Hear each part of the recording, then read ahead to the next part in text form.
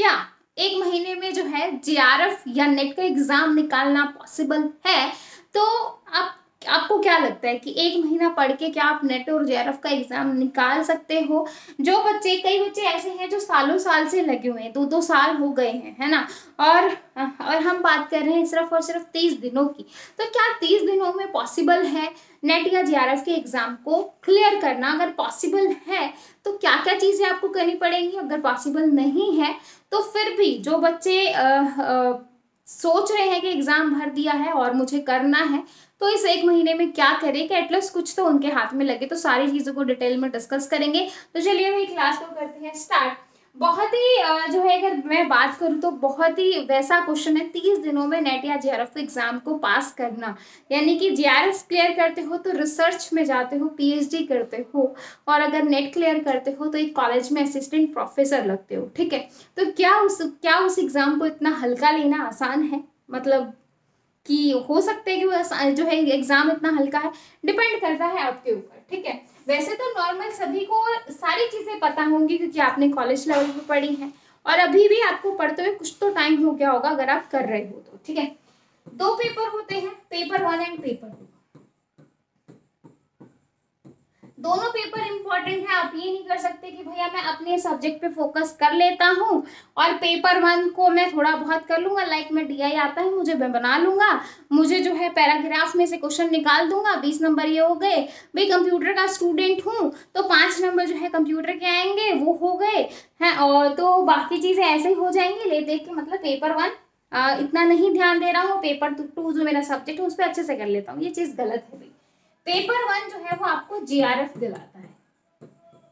क्या दिलाता है? जीआरएफ, या फिर नेट के एग्जाम को भी क्लियर करने में काफी हद तक मदद करता है, क्योंकि पेपर 1 में भी आपकी कितनी यूनिट होती है? 10 यूनिट।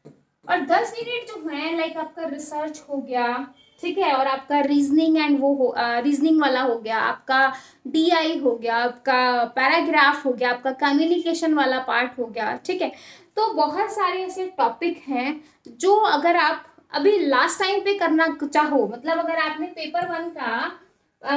पेपर वन का एक आपको यूनिट्स के नाम भी याद नहीं है और आज से अगर आप सीरियस होकर पढ़ाई करना शुरू करो तो मैं इस चीज की गारंटी देती हूँ कि 35 क्वेश्चन तक आप आराम से स्कोर कर सकते हो अगर आप सीरियसली डेली बेसिस पे 2 घंटे पेपर 1 को देते हो। ठीक है, पेपर 1 को ही थोड़ा डिस्कस कर लेते हैं, क्योंकि बात हो रही है 1 महीने में क्या करना है।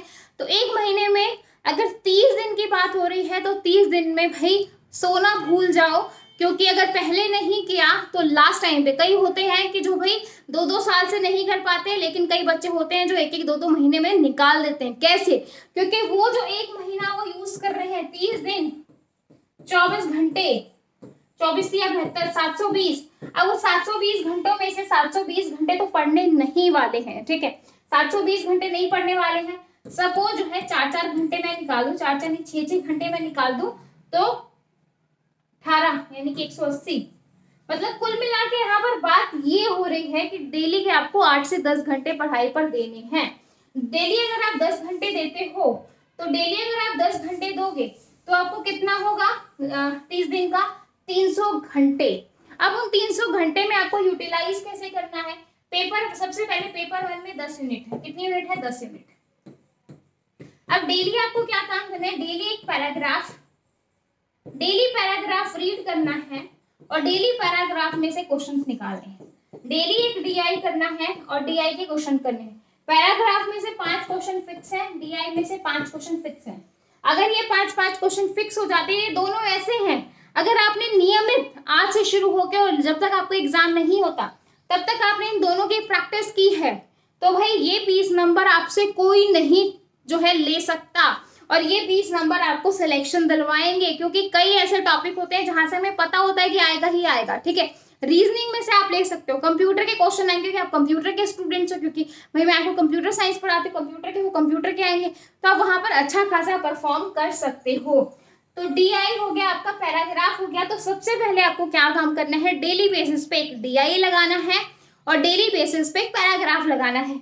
15 मिनट पैराग्राफ लगाने के और 15 मिनट डीआई लगाने के, जो कि लास्ट तक जाते जाते आपका 10-10 मिनट पे आ जाना चाहिए। 7 to 8 मिनट्स में जो है आप ये डीआई वाला पार्ट खत्म कर दो। समझ में आया? समझ में आया मतलब 7 मिनट में DI और ऐसे ही 6 से 7 मिनट में पैराग्राफ, क्योंकि एक पेपर को मैनेज करना, वो 3 घंटे जो आप पेपर में देने वाले हो उसको आप किस तरीके से मैनेज करने वाले हो। तो सबसे पहले आज से ही जो आपको काम शुरू करना है वो क्या करना है भैया, एक तो आपको सीरियस होना है, सब कुछ चीजें छोड़नी है, कौन कहाँ जा रहा है, कौन कहाँ आ रहा है, आपके घर में शादी आ रही है, आपके घर में बर्थडे आ रहे हैं, सभी चीजों से कट हो जाओ। अगर एक आप हाउसवाइफ हो तो जो है अपना काम फास्ट कर दो, फटाफट सुबह ही खाना बना के रख दो, कौन गरम खा रहा है कौन ठंडा खा रहा है उसके लिए भी उसको मैनेज करना पड़ेगा। 1 महीने आपको अपने ऊपर देना है, सभी के लिए पूरी जिंदगी निछावर कर दी, अब अपने लिए सोचो।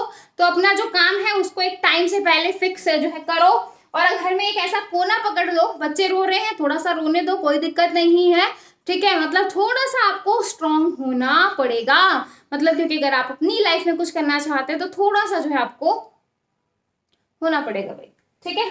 तो ये 2 टॉपिक आपको डेली बेसिस पे करने हैं। अगर आप आधा घंटा इसको दे रहे हो तो 1 से 1.5 घंटा आप मतलब लेने की बात यह है कि 2 घंटे डेली 2 घंटे आपको पेपर 1 को देनी है। डेली 2 घंटों में अगर 2 से आप 3 घंटे कर सकते हो, अगर आप इन 2 घंटों से 3 घंटे कर सकते हो बहुत बढ़िया है। अगर आप आधा घंटा इसको दे रहे तो आधा घंटा आपको एनालिसिस करने में लगेगा कि भैया मैंने ये क्वेश्चन गलत कर दिया, क्योंकि DI के क्वेश्चन है, प्रैक्टिस करने में टाइम लगेगा, क्योंकि एग्जाम में ये प्रैक्टिस आपकी बहुत अच्छी हो जानी चाहिए। यहाँ पे आपको जो है क्वेश्चन गलत हुआ तो आपको उसको ठीक भी करना पड़ेगा। कोई भी एक प्रीवियस ईयर की बुक ले लो, कोई भी बुक ले लो जिसमें सारे प्रीवियस ईयर पेपर हो और उनको देखो लगा लगा के, तो अच्छे से सारी चीजें क्लियर हो जाएंगी, ठीक है।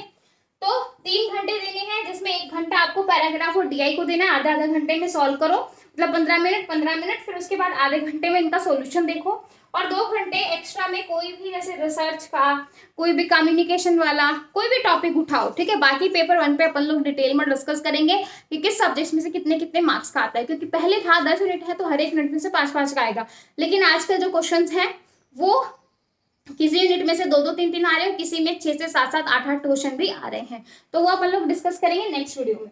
तो आई होप आपको पेपर 1 समझ में आ गया होगा कि 3 घंटे पेपर 1 को देने हैं, जिसमें 2 टॉपिक आपको डेली बेसिस पे करने हैं। डेली बेसिस पे फिक्स करो कि भैया ये करना है। अगर रीजनिंग भी कर सकते हो लगा कर लो, क्योंकि रीजनिंग तो वैसे ही बच्चे सॉल्व कर लेते हैं, थोड़ा सा प्रैक्टिस करो तो 10 मिनट 15 मिनट आप डेली रीजनिंग की भी प्रैक्टिस कर सकते हो, ठीक है। तो ये था पेपर 1। अब मैं बात कर लेती हूँ पेपर 2 की। जो भी आपका सब्जेक्ट है, जिस भी बच्चे का जो सब्जेक्ट है, जैसे अपन मैं डिस्कस करवा रही हूँ यहाँ पे कंप्यूटर साइंस, क्योंकि भाई मैं तो कंप्यूटर साइंस ही पढ़ाती हूँ तो कंप्यूटर साइंस को अच्छे से बता पाऊंगी। तो कंप्यूटर साइंस में आपकी अगेन यहाँ पर भी 10 यूनिट है टोटल। यहाँ पर 100 क्वेश्चन आते हैं, वहां पे 50 क्वेश्चन आ रहे थे तो यहाँ पे 100 क्वेश्चन आ रहे हैं, ठीक है। अब यहाँ पे देखो, वहां पे आपको टारगेट करना है 35 क्वेश्चन का, 35 to 40 क्वेश्चन का टारगेट करना है, जिसमें से फिक्स होना चाहिए कि 35 क्वेश्चन मेरे ठीक होंगे, मेरे ठीक होने चाहिए। अगर 35 क्वेश्चन वहां पे ठीक हो जाते हैं तो 70 नंबर आपके वहां से आ जाएंगे। और यहाँ पर टारगेट करो 60 to 65 क्वेश्चन, 60 to 65 क्वेश्चन का टारगेट करो कि भैया मुझे 60 से 65% जो है पेपर 2 में स्कोर करना है। यानी कि यहाँ पे आपको 7 से 8 क्वेश्चन, 7 से 8 जो यूनिट है वो बहुत अच्छे से करनी है। और बाकी यूनिट क्योंकि भाई नेगेटिव मार्किंग नहीं है तो प्लस पॉइंट ये है कि बाकी में भी आप थोड़ा सा तुक्का लगा सकते हो, ठीक है। तो ये चीज आपको यहाँ पर करनी है।